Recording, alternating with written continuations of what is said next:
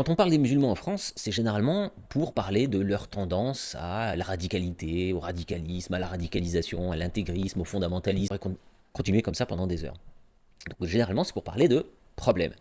Mais il y a un élément qui me semble totalement objectif et dont on ne parle jamais, c'est la capacité de résilience des communautés musulmanes en France. Et notamment leur capacité de résilience par rapport au discours politique et médiatique. Alors ça, c'est Thomas Deltombe qui l'a très très bien montré dans un livre qui s'appelle L'Islam imaginaire et qui étudie 40 ans de discours médiatiques et politiques à la télévision.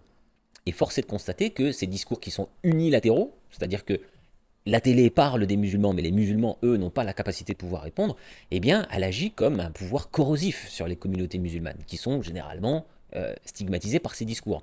Alors, si la question de ce qu'on appelle rapidement le radicalisme et la radicalisation existe, ce ne sont pas des phénomènes majoritaires, ce sont des phénomènes, comme le dit Farhad Khosrow-Khavar, qui seront ultra minoritaires.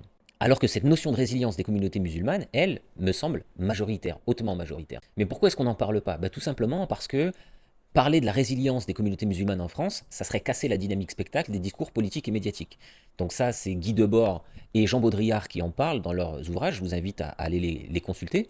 Et moi, je ne suis pas journaliste ni politique, moi je suis scientifique, je suis là pour évoquer des phénomènes objectifs, et quand on veut être objectif, il faut aussi parler de cette dignité et de cette capacité de résilience des populations musulmanes en France.